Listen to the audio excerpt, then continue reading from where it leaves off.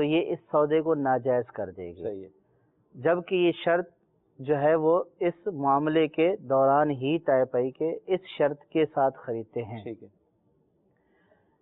اور دوسری صورت یہ ہے کہ خرید و فروخت میں کوئی شرط بیان نہیں کی گئی، صحیح، اب اگر یہ اس کے جواز کی صورت بیان کی جائے تو وہ یہ ہے کہ سودے میں تو کوئی ایسا معاملہ ذکر نہیں کریں، صحیح، سودا طے کر لیں، سودا طے کرنے کے بعد اس سے یہ بولیں کہ اتنے دنوں کے لیے، جتنے بھی دن ہیں اتنے دنوں کے لیے ہم جانور آپ کے پاس رکھوا رہے ہیں، صحیح، اور جانوروں کی جو چرائی پلائی ہے اور ان کی جو دیکھ بھال کی اجرت ہے وہ اس سے طے کر لی جائے صحیح ہے، کہ جو اس کی دیکھ بھال چرائی پلائی کے اخراجات ہیں وہ طے کر لے دونوں باہمی رضامندی سے۔ صحیح، اب جانور اگر اس کے پاس یوں چھوڑ دیتے ہیں تو پہلے انہوں نے خریدا ٹھیک ہے، اور اب انہوں نے گویا کہ اجارے پر ان کو ملازم رکھ لیا کہ صحیح، آپ ہمارے جانوروں کی نگہبانی کریں گے، کریں، اپنے پاس باندھیں اور نگہبانی کریں اور اس کی اتنی اجرت ہم آپ کو دیں گے، صحیح،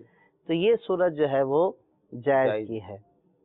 اور بعض اوقات سودے میں ایسا نہیں ہوتا ہے، سودے میں ایسا طے نہیں ہوتا ہے اور خریدنے والا بعد میں ریکویسٹ کر لیتا ہے کہ صحیح، آپ اگر رکھ لیں، ہمارے پاس جگہ نہیں ہے، تو عموماً جو جانور والے ہوتے ہیں ان کو بھی پالنے کا شوق تو نہیں ہوتا ہے، صحیح، تو وہ کچھ نہ کچھ اجرت کا تقاضا کرتے ہیں۔ صحیح، اب یہاں پہ کچھ نہ کچھ دیا لیا جاتا ہے، لیکن یہ اجرت والا معاملہ ہے تو اس لیے یہاں پہ اجرت طے کرنا ضروری ہے۔ صحیح، اگر اجرت طے نہ ہوئی تو تب یہ اجارہ ناجائز ہو جائے گا، صحیح، لہٰذا ان سے اجرت طے کر لی جائے کہ یہ اجرت ہے اتنی دیں گے، صحیح، اس میں یہ نہیں ہے کہ دیکھ لیں گے کر لیں گے بعد میں جتنا آپ کا حق بنتا ہوگا صحیح، دے دیں گے، صحیح، یہ نہیں ہے۔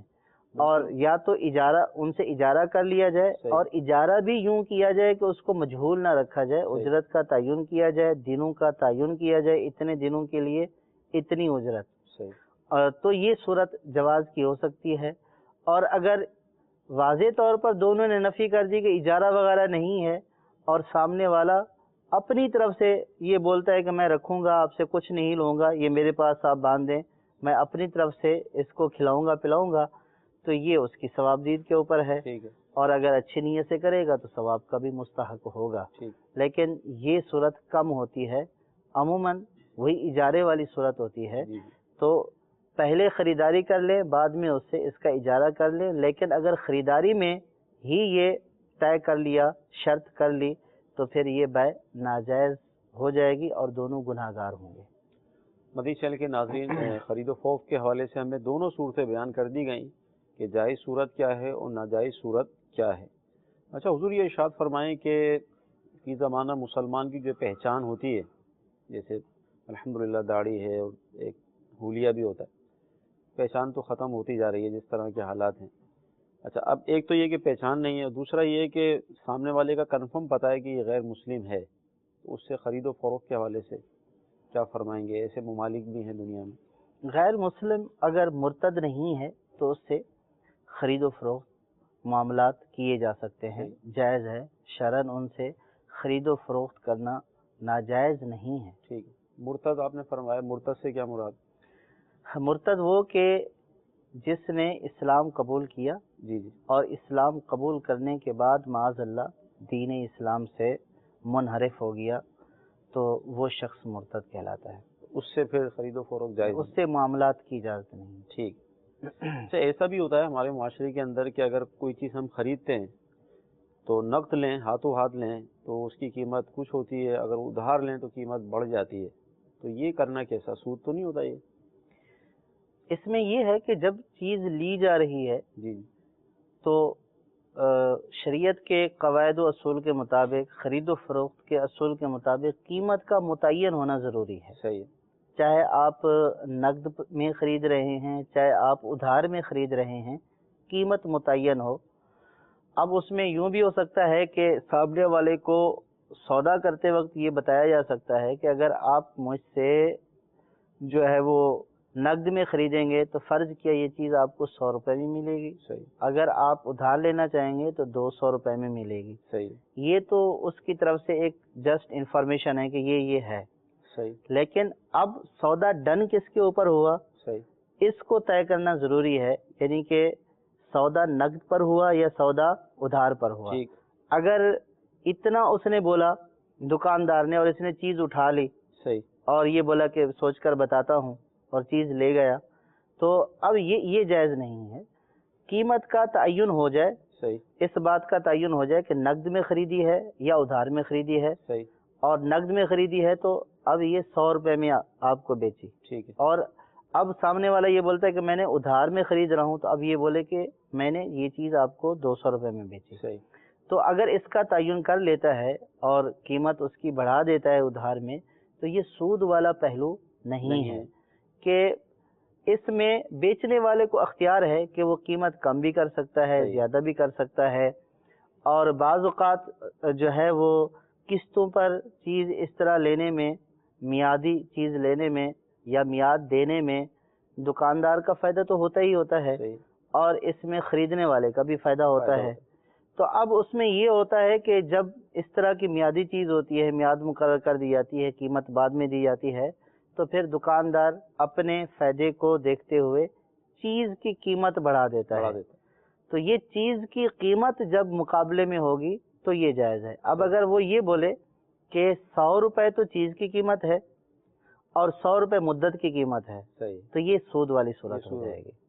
کیونکہ جو خرید و فروخت کی تعریف ہے، بائع کی جو تعریف ہے وہ یہ ہے کہ مال کے بدلے میں مال، ادھر بھی مال دیا جا رہا ہے، اس کے بدلے میں بھی مال لیا جا رہا ہے. اب اگر اس نے چیز کی قیمت 100 روپے مقرر کی ہے تو یہ مال کا مال سے تبادلہ ہو گیا.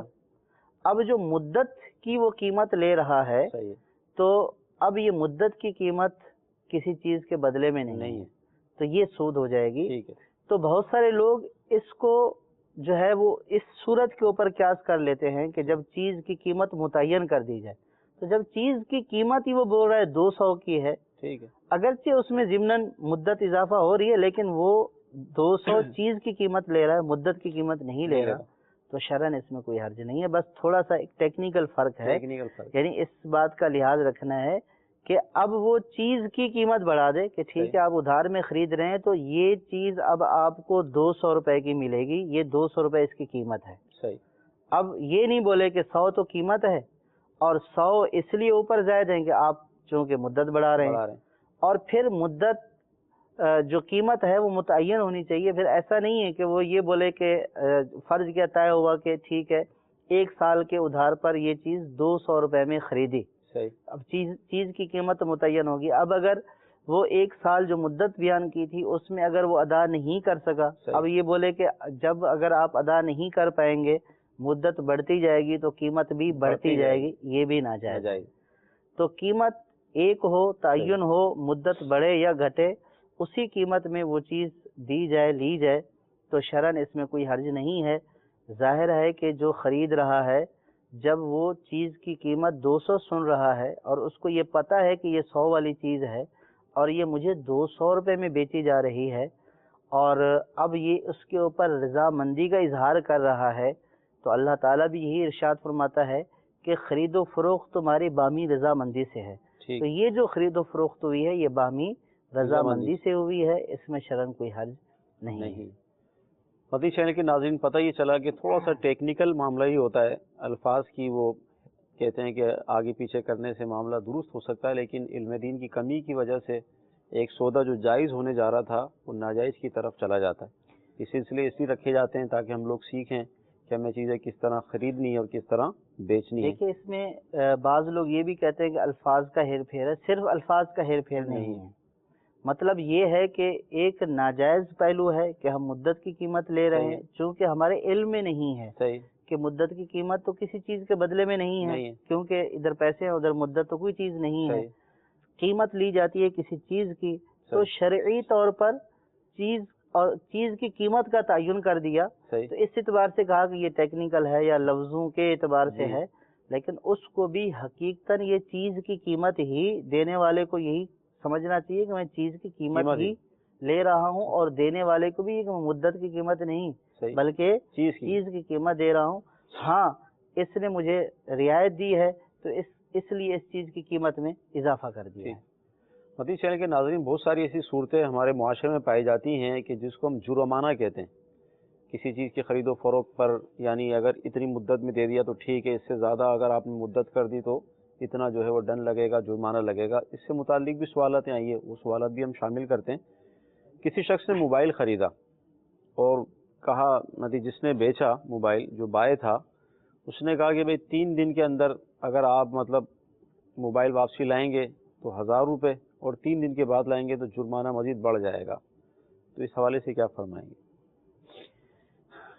دیکھیے کہ جب دونوں نے خرید و فروخت کا معاملہ کر دیا ہے، ٹھیک ہے، اور خرید و فروخت میں قیمت متعین ہے، چیز متعین ہے، سودا کمپلیٹ ہو گیا، تو اب خریدنے والے پر لازم ہے کہ وہ قیمت دے اور بیچنے والے پر لازم ہے کہ وہ قیمت کے بدلے میں جو چیز دی ہے وہ خریدنے والے کے سپرد کرے. صحیح، اب اگر دونوں رضامند اس بات کے اوپر ہو جاتے ہیں، یعنی خریدنے والا چیز کو دیکھتا ہے، اس کو پسند نہیں آتی ہے، صحیح، یا بیچنے والا یہ سمجھتا ہے کہ یہ چیز مجھے واپس لینی ہے، تو اب شریعت یہ کہتی ہے کہ سودا تو مکمل ہو چکا ہے. صحیح، اب جس نے چیز خریدی ہے وہ چیز کا مالک ہو گیا، اب جس نے پیسے لیے ہیں وہ پیسوں کا مالک ہو گیا. ٹھیک. اب اگر اس سودے کو ختم کرنا ہے نا، صحیح، وہ یک طرفہ طور پر ختم نہیں ہوگا، ٹھیک ہے، وہ دونوں کی باہمی رضامندی سے ختم ہوگا، صحیح، اور ختم بھی اسی قیمت کے اوپر ہوگا جس قیمت کے اوپر اس کو خریدا گیا ہے. صحیح، اگر وہ 5000 والی چیز ہے، خریدار آتا ہے، اس میں کوئی عیب وغیرہ نہیں ہے، صحیح، چیز بالکل ٹھیک ٹھاک ہے، لیکن خریدار یہ بولتا ہے کہ اب مجھے اس کی حاجت نہیں رہی، صحیح، آپ مہربانی کر کے واپس لے لیں. صحیح، تو اب یہ اگر سامنے والا بیچنے والا اگر رضامند ہے اس کی واپسی کے اوپر، سودا کینسل کرنا یا نہ کرنا اب اس کی مرضی ہے. صحیح، یہ بولتا ہے کہ میں سودا کینسل نہیں کرتا ہوں، صحیح، تو شرعاً اس کو مجبور نہیں کیا جائے گا کہ نہیں آپ سودا کینسل کریں، اور نہ یہ شخص یہ کہہ سکتا کہ میں بول رہا ہوں نا کہ میں نہیں لے رہا. تو اب سودا کمپلیٹ ہو گیا، باہمی رضامندی سے سودا ہوا تھا. اب اگر چیز آپ کو پسند نہیں آ رہی تو سامنے والے کی مرضی ہے کہ وہ سودا کینسل کرے یا نہ کرے. صحیح، لیکن شریعت نے اس بات کا پابند کیا ہے سامنے والے کو بھی کہ اگر آپ راضی ہیں کہ آپ سودا کینسل کرنا چاہتے ہیں، صحیح، تو پھر آپ اس کا کوئی اوپر سے عوض بدل نہیں لیں، بلکہ پہلی قیمت کے اوپر سودا ختم ہوگا. صحیح، یہ تو شرعاً درست ہے. ٹھیک ہے، اب جو آپ نے صورت بیان کی ہے کہ اب اگر خریدار جاتا ہے صحیح، اور خریدار بولتا ہے کہ آپ واپس لے لیں، تو دکاندار کہتا ہے نہیں میں 1000 روپیہ کم میں واپس لوں گا، حالانکہ چیز میں کوئی عیب وغیرہ نہیں تھا، ٹھیک تھا. اگر عیب ہوتا پھر تو دکاندار کے اوپر لازم تھا کہ یہ چیز کو واپس کرتا. صحیح، چیز میں عیب نہیں ہے، سودا کمپلیٹ ہو گیا، اس لیے اس کو اختیار دیا جا رہا ہے کہ چاہے ختم کرے یا نہ کرے. صحیح، اب اس کا یہ کہنا کہ 3 دن میں 1000 روپے لوں گا، 3 دن سے زیادہ میں 2000 کم ہو جائیں ٹھیک گے ہے، اور یوں سودا کینسل ہوگا، تو اس طور پر یہ سودا کینسل کرنا یہ جائز نہیں ہے. صحیح، یا اب اس کو وہ جرمانہ کہہ رہا ہے کہ میں آپ سے جرمانہ لے رہا ہوں کہ آپ سودا کینسل کیوں کر رہے ہیں، تو یہ جرمانہ لینا بھی ناجائز نہیں ہے. یہاں جرمانے والی صورت تو نہیں ہے، ایک طرح کا جرمانہ بھی بنتا ہے، لیکن حقیقتاً وہ اب یہ کہہ رہا ہے کہ 1000 روپے کم میں واپسی کروں گا، صحیح، تو حقیقتاً یہ اس کے اوپر جرمانہ ہی لگا رہا ہے. صحیح، تو یہ ناجائز اور گناہ والی صورت ہے. اگر واپس کرنا ہے تو اسی قیمت کے ساتھ واپس کرے، اگر واپس نہیں کرنا تو پھر صاف انکار کر دے صحیح. کہ میں اس کو واپس نہیں کر سکتا، آپ مارکیٹ میں کسی اور جگہ اس کو بیچ دیں. اچھا، یہاں ایک جیسے ہم نے کہا نا ٹیکنیکل، اور یہ ایک میرے ذہن میں سوال یہ آ رہا تھا کہ ابھی تو یہ بائے تھا موبائل بیچنے والا اور یہ مشتری تھا خریدنے والا، کیا اب یہ ایسا ہو سکتا ہے 3 دن کے بعد یہ بائے ہو جائے مشتری ہو جائے؟ یہ ہو سکتا ہے، لیکن اب اس میں اس بات کو دیکھنا ہوگا کہ اس نے قیمت ادا کر دی تھی، نہیں ادا کر دی تھی، قرض کے طور پر لیا تھا اور اب دوبارہ اس کو کم قیمت کے اوپر دے رہا ہے، نقد دے رہا ہے، اس کا فرق ہے. اس کا لحاظ کرنا ہوگا. تو یہ صورت جو سائل نے پوچھی ہے، اب اس کو کسی صورت کے اوپر قیاس نہ کر لیا جائے. تو یہ اگر وہی پہلے والا سودا منسوخ کر رہے ہیں، اس میں یہ حقیقتاً تو یہ ہوتا ہے کہ وہ پہلے والا سودا ختم کر رہے ہوتے ہیں کہ وہ جو ہمارا پہلے والا معاملہ ہوا اس کو ختم کریں. ٹھیک ہے. تو پہلے والا معاملہ اگر فسخ ہوگا تو پھر اسی قیمت کے ساتھ ہوگا. ٹھیک ہے. اگر نئے سرے سے جو ہے وہ خرید و فروخت کر رہے ہیں تو ظاہر ہے کہ خرید و فروخت تو ہو سکتی ہے، صحیح. لیکن پھر اس میں کچھ اور معاملہ. ٹھیک ہے. یعنی ناجائز صورتیں جو ہیں اس کا ظاہر بیان ہو رہا ہے یہاں پر. اچھا، اسی طرح بہت ساری ایسی کمیٹیاں ہوتی ہیں BCB جس کو کہا جاتا ہے، جس میں تاخیر کی صورت میں بھی جرمانہ لگتا ہے، تو وہاں کیا آپ فرمائیں گے؟ جرمانہ تو ناجائز ہی ہے. ٹھیک ہے. اب اگر جرمانہ اس سے لیا جاتا ہے تو جو لینے والا ہے وہ ناجائز اور گناہ کا مرتکب ہے، اور جو اپنی رضا مندی سے دینے والا ہے تو وہ بھی ناجائز اور حرام کام کا ارتکاب کر رہا ہے. صحیح. جب موبائل لیا یا لیپ ٹاپ لیا اور چلانے کے لیے کہ بھائی کچھ دن چلاؤں گا یا کچھ تھوڑی دیر چلا کر میں چیک کر لوں، اس حوالے سے کیا فرمائیں گے؟ اس میں بھی دیکھیں پہلے والی صورت سے تھوڑا سا ہٹ کر ہے یہ جی کہ شریعت نے اس بات کا اختیار دیا ہے کہ جب دو بندے خرید و فروخت کر رہے ہیں صحیح. تو دونوں کو شریعت نے یہ اختیار دیا ہے کہ یہ کچھ وقت اپنے لیے ایسا جو ہے وہ معاملہ کرتے وقت طے کر لیں کہ جس میں یہ غور و فکر کر لیں. صحیح. حدیث پاک میں آتا ہے کہ ایک صحابی رضی اللہ تعالیٰ عنہ جو خرید و فروخت کیا کرتے تھے تو خرید و فروخت میں اکثر ان کو نقصان ہو جایا کرتا تھا. چیز بیچتے تھے تو نقصان ہو جایا کرتا تھا. بعد میں ان کو یہ معلوم ہوتا کہ انہوں نے سستی چیز جو ہے وہ بیچ دی ہے یا مہنگی خرید لی ہے. وہ سرکار صلی اللہ تعالیٰ علیہ وسلم کی بارگاہ میں حاضر ہوئے، عرض کی یا رسول اللہ اکثر جو ہے وہ مجھے خرید و فروخت میں ایسا نقصان ہو جاتا ہے تو کیا کروں؟ تو سرکار صلی اللہ تعالیٰ علیہ وسلم نے ارشاد فرمایا کہ جب بھی تم چیز لو یا دو تو پھر فوراً یہ کہہ لیا کرو اسی وقت کہ مجھے 3 دن کا اختیار ہے. صحیح. تو شریعت نے 3 دن کا اختیار دونوں بیچنے والے اور خریدنے والے کو اس طور پر دیا ہے کہ اگر یہ اس وقت طے کر لیتے ہیں کہ ہم یہ سودا کر رہے ہیں لیکن ہم دونوں کو 3 دن کا اختیار ہوگا، یا کوئی ایک بھی اپنے لیے رکھنا چاہتا ہے، وہ اس لیے کہ بعض اوقات جب بیچنے والا چیز بیچ رہا ہوتا ہے تو اس کو اپنی چیز کی قیمت کا اندازہ نہیں ہوتا ہے. صحیح. جب بیچ دیتا ہے لوگوں سے بات چیت کرتا ہے تو اس کو پتہ چلتا ہے کہ اس نے تو بہت سستی بیچ دی ہے. صحیح. اور بعض اوقات خریدنے والے کو اندازہ نہیں ہوتا کہ یہ چیز کتنے کی ہے. صحیح. وہ سستی چیز بھی بہت مہنگی خرید لیتا ہے.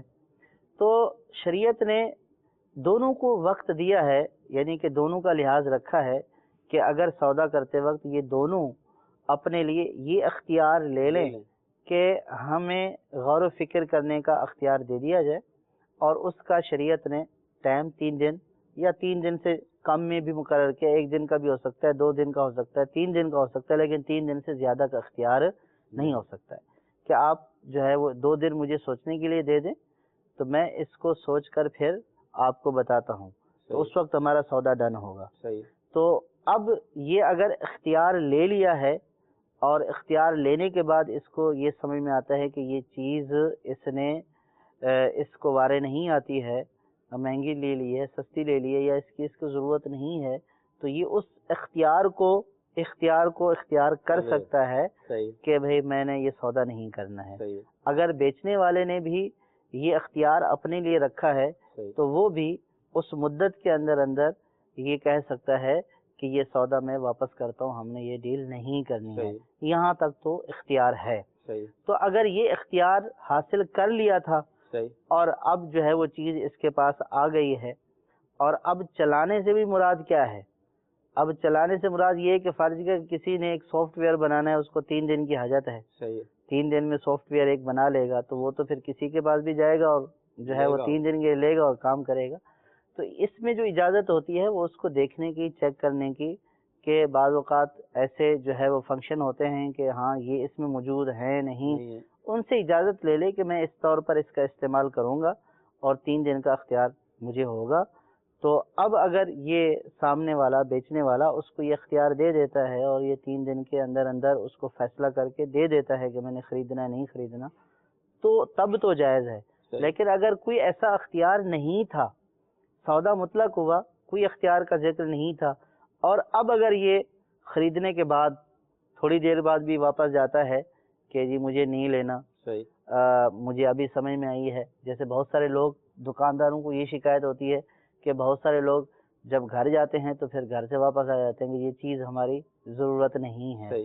تو اس کے اوپر پھر دکانداروں کو بھی ظاہر تکلیف ہوتی ہے.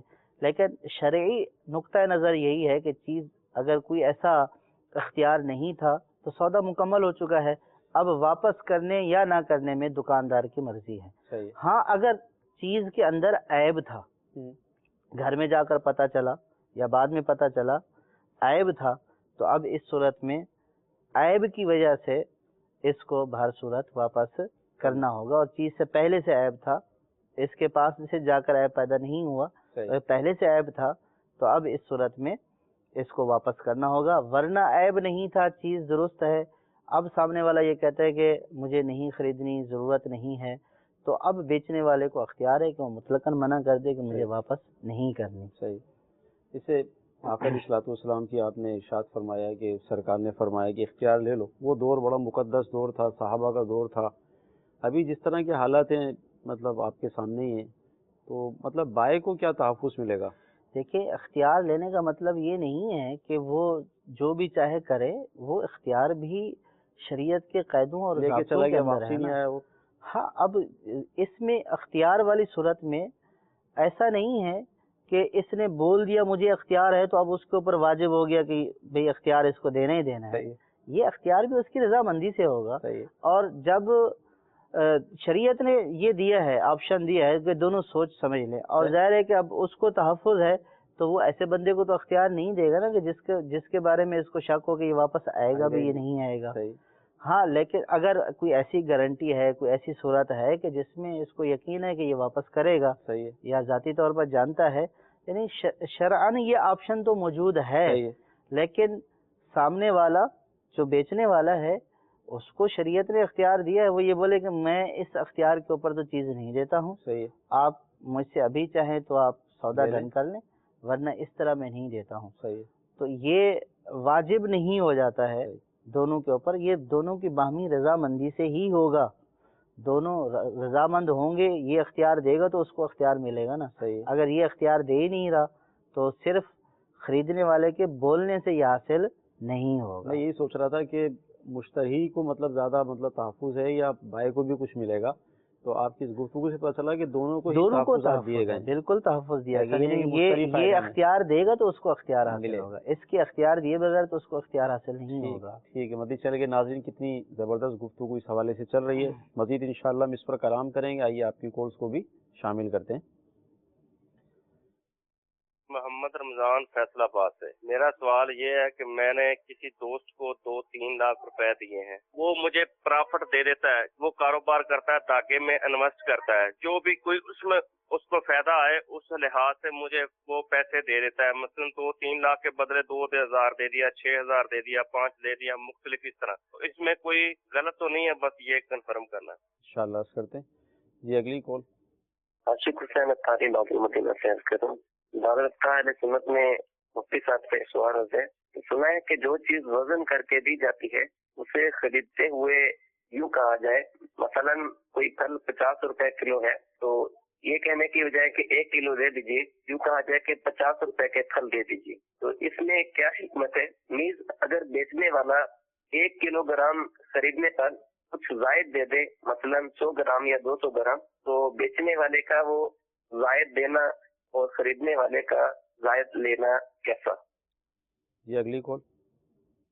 محمد حبیب قادری گجرانوالہ گلشن کالونی سے بول رہا ہوں. میرا دارالفتہ اہل سنت مفتی صاحب سے میرا سوال ہے کہ کوئی فیکٹری والا کسی دکاندار کو سامان دیتا ہے تو اس سے روٹین کے مطابق پیسے لیتا رہتا ہے، تو وہ پیسے نہیں دیتا، کچھ عرصہ بعد وہ پیسے روک لیتا ہے، تو 6 مہینے سال اس میں عرصہ گزر جاتا ہے، تو وہ پھر کہتے ہیں یہ اپنا سامان واپس لے لو. تو جب وہ سامان کی وہ کنڈیشن نہیں ہوتی جو 6 مہینے سال پہلے جو ہوتی ہے، اس کے اوپر کیا کریں؟ وہی ریٹ پہ اٹھائیں یا جو جس ریٹ پہ دیا ہوتا ہے، یا اس پہ کچھ کریں؟ کہ اس کے متعلق ہمیں بتا دیجیے. جی اگلی کال. راجن پور سے محمد یوسف عرض کر رہا ہوں. پہلے ایک چھوٹا سا مسئلہ ہے، ایک چیز کی مارکیٹ کے اندر سر قیمت ہے 1500 روپے، میں لینے کے لیے جاتا ہوں مجھے وہ لگاتا ہے 1000 روپے کی. اس کے بارے میں تھوڑا سا پوچھنا تھا وضاحت سے کہ یہ جائز ہے یا ناجائز؟ انشاءاللہ عرض کرتے ہیں.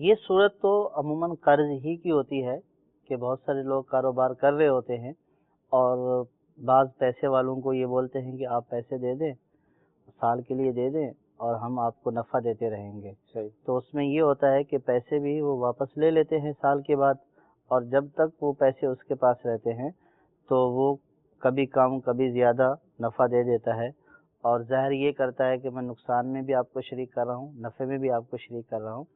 تو یہ حقیقتاً پارٹنرشپ نہیں ہے، یہ حقیقتاً شراکت داری نہیں ہے۔ صحیح۔ شراکت داری کے جو شرعی اصول ہیں اس کے مطابق یہ شراکت داری نہیں ہوئی، بلکہ یہ سیدھا سیدھا قرض ہے۔ صحیح۔ یعنی کہ اس پیسے والے نے اس تاجر کو 2 لاکھ روپے قرض دیے ہیں، 1 سال کے لیے، 2 سال کے لیے، اور وہ جب تک اس کے پاس اس کا قرض ہے اس قرض کے اوپر اس کو نفع دیتا رہے گا۔ تو سرکار صلی اللہ تعالیٰ علیہ وسلم کی حدیث پاک ہے کہ جو قرض نفع لے کر آئے وہ سود ہے۔ صحیح۔ یہ تھوڑا بہت غلط نہیں ہے، یہ پورے کا پورا ہی غلط معاملہ ہے، ٹھیک۔ سودی معاملہ ہے۔ تو شراکت داری کے باقاعدہ اصول ہیں کہ کس اصول کے تحت یا کس صورت میں کوئی کسی کا پارٹنر بنتا ہے صحیح۔ اور کس اصول کے تحت کوئی کسی کا پارٹنر نہیں بنتا ہے، اس کے پورے اصول و قواعد ہیں، ضوابط ہیں۔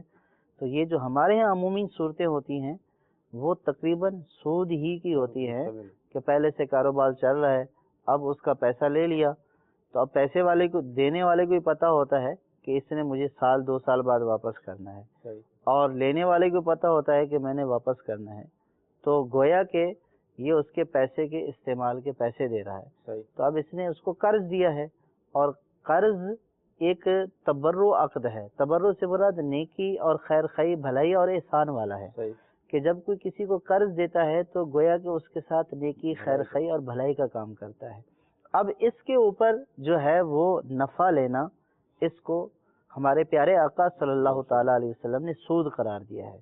تو لہٰذا اس طرح کی شراکتوں کو، یا اس کو شراکت کہنا، یا اس کو انویسٹ کہنا، یا لوگوں کے اس طرح کے چکر میں آنا کہ جی آپ کے پیسے رکھے کیا دیں گے آپ کو، ہم تو آپ کو اتنے دیں گے۔ تو سود یہ ایسی چیز ہے کہ جو سود لینے والا ہے، جو سودی کام کرتا ہے، وہ تو اپنی دنیا اور آخرت تباہ کرتا ہی ہے، لیکن جس کے پاس پیسے ہوتے ہیں، عموماً یہ بوڑھے، ضعیفوں، یا جن کے پاس جمع پونجی ہوتی ہے، ریٹائر ہو گئے، پینشن رکھی ہوئی ہے، تو ان کو یہ فکر کھائی جاتی ہے کہ ہمارے پیسے جو ہے وہ کب جو ہے وہ بڑھیں گے اور یہ ختم ہو جائیں گے۔ تو ان کو بھی اس طرح کی لالچ نہیں رکھنی چاہیے۔ اللہ تبارک و تعالیٰ نے ضرور ہمیں اسباب اختیار کرنے کا حکم دیا ہے، اور پیسہ انویسٹ کرنا کوئی ناجائز اور گناہ بھی نہیں ہے، اور جائز طریقے سے کمانا بالکل جائز ہے۔ لیکن اب اس سودی معاملے میں یہ دلیل دینا کہ پھر وہ بوڑھے کیا کریں، وہ کمزور کیا کریں، پھر وہ کہاں سے کھائیں، تو اب ان سے پوچھا جائے کہ آپ اتنے جوان ہو گئے، بوڑھے ہو گئے، تو اب تک آپ کہاں سے کھاتے رہے؟ جو رب کریم آپ کو پہلے سود کے بغیر دیتا رہا ہے، اب جو ہے وہ اب بھی آپ کو دیتا رہے گا۔ تو یہ سودی ہیلے اور یہ سودی معاملات اختیار نہ کیے جائیں۔ لہٰذا جس کو اگر کسی کو بولتا ہے، ترغیب دلاتا ہے کہ نہیں یہ خالص کاروبار ہے، خالص شراکت ہے، تو جو پیسے دینے والا ہے اور جو سامنے لینے والا ہے، ظاہر ہے وہ بھی مسلمان ہی ہوتا ہے، دونوں کو چاہیے کہ وہ پہلے صورتحال اپنی پوری پوچھ لیں کہ ہم کس طریقے سے کام کریں تو ہمارا یہ کام شریعت کے اصولوں کے مطابق جائز ہو، اس کے لیے بھی نفع لینا جائز ہو، میرے لیے بھی نفع لینا جائز ہو، میں بھی اللہ تعالیٰ کی نافرمانی سے بچوں اور یہ بھی اللہ تعالیٰ کی نافرمانی سے بچے۔ اور پھر ایسے طریقے ہیں، یعنی ایسی صورتیں ہیں کہ اگر آپ تھوڑی سی صورت تبدیل کر لیں تو آپ بالکل لینا بھی جائز، دینا بھی جائز، پھر آپ شراکت داری بھی ہو جائے گی، اور پھر آپ نفع میں بھی شریک ہیں اور حقیقی طور پر نقصان میں بھی شیئر کریں گے۔ یہ جو نفع ہے یہ کم زیادہ کر دینا، یہ نفع نقصان میں شراکت نہیں ہے، یہ تو ایک طرح کی چالاکی ہے کہ کبھی وہ اس لیے کرتے ہیں کہ اس کو یہ باور کریں کہ دیکھیں کم بھی ہو رہے ہیں، زیادہ بھی ہو رہے ہیں، اور وہ یہ سمجھے کہ ہاں یہ شریعت کے مطابق ہے۔ بہت سارے لوگوں نے معیار یہی بنایا ہوا ہے کہ پیسے کم زیادہ ہوتے رہیں تو اس کا مطلب ہے وہ صحیح ہے۔ ایسے کم زیادہ ہونے سے صحیح نہیں ہو جاتا ہے، جو معاملہ کر رہے ہیں وہ معاملہ کس طریقے سے کر رہے ہیں اس معاملے کے اوپر ڈیپینڈ کرتا ہے یہ صحیح ہے یا غلط ہے. تو اپنے معاملات کو درست کرنا چاہیے اور سودی معاملات سے ہر مسلمان کے لیے بچنا فرض ہے. جو اشیاء وزن کر کر بیچی جاتی ہیں بعض اوقات دیکھا جاتا ہے کہ ہم نے کہا کہ 1 کلو دے دیں، آدھا کلو دے دیں، تو سامنے والا اندازے سے دے دیتا ہے بھر کے. دیکھیے اندازے سے بھر کر دینا تو اور اندازے سے بھر کر دی ہے، سامنے تولا نہیں ہے. اگر اس کے سامنے تولا ہے اور پوری تول کی ہے تو اس میں دوبارہ جو ہے اس میں وہ والی صورت نہیں ہے. اور یہ ہے کہ اگر چیزوں کے پیکٹ بنے ہوئے ہیں کہ یہ کلو کا ہے، یا یہ ہے کہ اس کو تولتا ہے اس کی غیر موجودگی میں یا تولنے میں یہ اس کی جو ہے وہ اس کی نظروں سے اوجھل ہو جاتا ہے، تب اس میں یہ حکم دیا کہ یہ اس چیز میں اس وقت تصرف کرے کہ جب اس کو یہ دیکھ دوبارہ تول لے کہ اتنی ہے یا نہیں ہے. اور اگر اس کے سامنے تولا ہے اور چیز پوری تولی ہے تو اس میں شرعاً کوئی حرج نہیں ہے. اب یہ ضروری نہیں ہے کہ گھر میں آ کر یہ اس کو تولے، اس کے سامنے تو تول گیا. اب اگر وہ تولنے میں زائد اپنی مرضی سے دے دیتا ہے تو شرعاً اس میں کوئی حرج نہیں ہے. اور اس کی حکمت کیا ہے؟ اس کی حکمت یہ ہے کہ شریعت یہ نہیں چاہتی ہے کہ آپ کا کوئی مال کھائے یا آپ کسی کا مال کھائیں. اگر فرض کیا کہ اندازے سے آپ نے چیز لی ہے وزن کے اعتبار سے، تو آپ نے جو اس سے ایک مخصوص وزن کا تقاضا کیا ہے اور اس نے آپ کو مخصوص وزن دیا ہے اور آپ نے اس مخصوص وزن کے پیسے ادا کیے ہیں. اب اگر چیز کم ہے تو اب خود بتائیے کہ چیز اگر آپ 1 کلو لینے گئے اور آپ نے واپسی تولی تو چیز کم نکلی تو تکلیف محسوس ہوتی ہے نا کہ میں نے پیسے دیے ہیں اور اس کے بدلے میں اس نے مجھے کم چیز دی ہے. تو اب یہ اس سے تقاضا کر سکتا ہے. اسی طرح اگر دوسرے کی چیز میرے پاس آ گئی ہے تو میں نے تو اس کو 1 کلو گرام کے پیسے دیے تھے، اب وہ فرض کیا کہ 1 کلو گرام سے زائد آ گئی ہے، وہ اندازے کی وجہ سے اس سے آ گئی ہے کہ اس نے اندازے سے بولا کہ 1 کلو ہے یا ایک بنی ہوئی تھی اور وزن کا تقاضا کر کے اس سے وہ چیز لی گئی ہے. اب وہ زائد نکلی ہے تو ظاہر ہے کہ یہ اس کی ہے. جب یہ اس کی ہے تو اس کی چیز میں اس کی اجازت کے بغیر تصرف کرنا جائز نہیں ہے. تو چونکہ اس نے بھی آپ کو 1 کلو دیا ہے، آپ نے اس کو 1 کلو بولا ہے تو اس نے بھی آپ کو 1 کلو ہی دیا ہے. اب اگر چیز زائد نکل گئی ہے تو یہ اسی کا حق ہے. تو آپ دوسرے کی چیز دوسرے کا حق کیسے کھائیں گے؟ تو اس لیے آپ کو وہ چیز واپس کرنی ہوگی. تو یہ ہے کہ نہ آپ دوسرے کا مال کھائیں اور نہ کوئی آپ کا مال کھائے. ہاں اس لیے یہ کہا جاتا ہے کہ آپ یوں بولیں کہ بھئی یہ چیز 50 کی، فرض کیا کہ آپ نے پوچھا کہ یہ جو پیکٹ رکھا ہوا یہ کتنے والا ہے، اس نے بولا 50 کا ہے یہ. تو اب آپ نے وزن کا مطالبہ نہیں کیا، آپ نے یہ بولا کہ یہ پیکٹ مجھے 50 کا اٹھا کر دے دیں، یہ جو پیکٹ ہے یہ مجھے 100 روپے کا دے دیں. آپ کو قیمت معلوم ہے، لکھی ہوئی ہے، آپ نے یہ بولا کہ میں نے 100 روپے میں خریدا. تو اب اس میں وزن والا نہیں ہے، اب جتنا بھی ہے یہ 1 کلو ہے، 1 کلو سے کم ہے، 1 کلو سے زیادہ ہے، یہ آپ اس رقم کے عوض خرید کر آئے ہیں، ٹوٹل خرید کر آئے ہیں. جیسے فرض کیا کہ گندم کی ڈھیری رکھی ہوئی ہے، اب یہ بولا کہ یہ گندم کی ڈھیری میں نے 1000 روپے میں خریدی. اب اس کے سامنے یہ واضح ہے کہ یہ 10 کلو ہے، 12 کلو ہے، 1 من ہے، اس کے سامنے واضح طور پر رکھی ہوئی ہے. اب وہ وزن کے اعتبار سے نہیں خرید رہا بلکہ ایک گیس کر کے اندازہ کر کے خرید رہا ہے. اب یہ اس کا گیس تھا 1 من تو بھی اسی کی ہے، اور کم نکلی ہے تو بھی اسی کی ہے، زیادہ نکلی ہے تو بھی اس کی ہے. اب یہ نہیں کہا جائے گا کہ اس نے کسی دوسرے کا حق کھایا ہے. بعض اوقات ایسا ہوتا ہے کہ دکاندار فیکٹریوں سے مال اٹھا لیتے ہیں، پیمنٹ کا ایک سلسلہ شروع میں بڑا اچھا چلتا ہے، بعد میں جو وہ سلسلہ تھوڑا ڈسٹرب ہو جاتا ہے. اب 6 مہینے تک پیمنٹ نہیں دے رہے، تو جب وہ فیکٹری والا مالک ضد کرتا ہے تو کہتے ہیں بھائی اپنا مال ہے آپ لے جائیں یار، ہمارے پاس تو نہیں دکھا. اب اس کا مال، اس کی ظاہر قیمت گر گئی، مال کے اندر خرابیاں بھی پیدا ہو جاتی ہیں بعض اوقات، تو اب کیا حکم ہوگا؟ دیکھیے اس میں شرعی حکم تو یہ ہے کہ جب مال دکاندار نے خرید لیا ہے، سودا مکمل ہو گیا ہے، تو اب اس خریدنے والے کے اوپر اس کی قیمت کی ادائیگی واجب ہے. اب وہ اس جو قیمت طے ہوئی ہے یہ اسی قیمت کو ادا کرنے کا پابند ہے. اب اگر وہ یہ کہتا ہے کہ آپ اپنا مال اٹھا کر لے جائیں تو گویا کہ یہ اس بائع کو ختم کر رہے ہیں جو پہلے انہوں نے کی ہے. تو اب اس فیکٹری والے کی مرضی ہے کہ فیکٹری والا جو ہے وہ اس کو ختم کرنا چاہے گا تو ختم ہوگی، ورنہ اگر یہ بولتا ہے کہ بھائی میں ختم نہیں کرنا چاہتا، مجھے آپ پیسے دیں، تو شرعاً تو یہ پیسے لینے کا پابند ہے. اور اگر یہ سودا ختم کریں گے تو اسی قیمت کے اوپر کریں گے جس قیمت کے اوپر یہ چیز خریدی گئی تھی. لیکن یہ تو شرعی حکم ہوا. اب اصل میں بدقسمتی یہ ہے کہ فیکٹری والوں کی حرص یوں بڑھتی ہے کہ وہ پہلے خود جو ہے وہ مال دے کے تھوڑا سا ضرورت ہے تو جو چلتی دکان ہوتی ہے اس کو دیتے ہیں، ہر کسی کو تھوڑی دیتے ہیں، اس کو دیتے ہیں جی آپ رکھیں ہم اگر وہ ضرورت ہوگی تو ہم واپس لے لیں گے. اب اس میں بعض اوقات یہ نہیں طے پاتا کہ یہ سودا ہوا ہے نہیں ہوا ہے، یہ سامان اس کا بطور وکالت رکھا ہوا ہے کیا ہے. بعض اوقات یہ واضح طور پر ہوتا ہے کہ یہ آپ کا سامان رکھا ہوا ہے، بکے گا تو آپ کو پیسے دے دیں گے، یوں بھی دکاندار بولتے ہیں. اب اس سامان کی حیثیت کچھ اور ہو جائے گی، اور اگر سامان خرید کر لے لیا ہے تو اس کی حیثیت کچھ اور ہو جائے گی.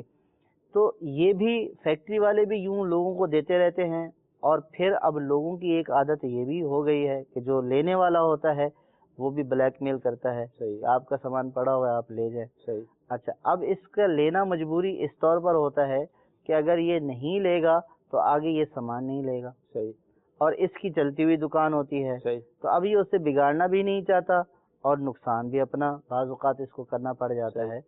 تو اگر شریعت کو معیار بنایا جائے اور شرعی طور پر پہلے سے اس کو پابند کیا جائے کہ آپ ہمارا سامان لیں یا نہ لیں، ہمارا جو سودا طے ہو چکا ہے یہ لازم ہو چکا ہے شرعی اعتبار سے، اب واپس لینے یا نہ لینے کا ہمیں اختیار ہوگا. اگر ہم چاہیں گے تو پہلے والی خرید و فروخت کو ختم کر دیں گے، اگر میں نہیں چاہوں گا تو پھر آپ کو قیمت ہی واپس دینی ہوگی. اچھا، یہ حضور ارشاد فرمائے اس حوالے سے جو ہمارے آخری کالر تھے، یعنی بعض اوقات ایسا بھی ہوتا ہے کہ مارکیٹ میں کوئی چیز 1500 روپے کی ہے، کوئی ہمیں 1000 کی دے رہا ہے، کبھی الٹ ہوتا ہے کہ 100 کی چیز ہے تو 2000 کی مل رہی ہے. تو اب اس صورت میں کیا فرمائیں گے؟ دیکھیے کہ میری چیز ہے، میں اس کو بیچ رہا ہوں اور مارکیٹ میں وہ 10,000 کی بک رہی ہے اور میں اس کو 5,000 کی بیچ رہا ہوں، میری مرضی ہے.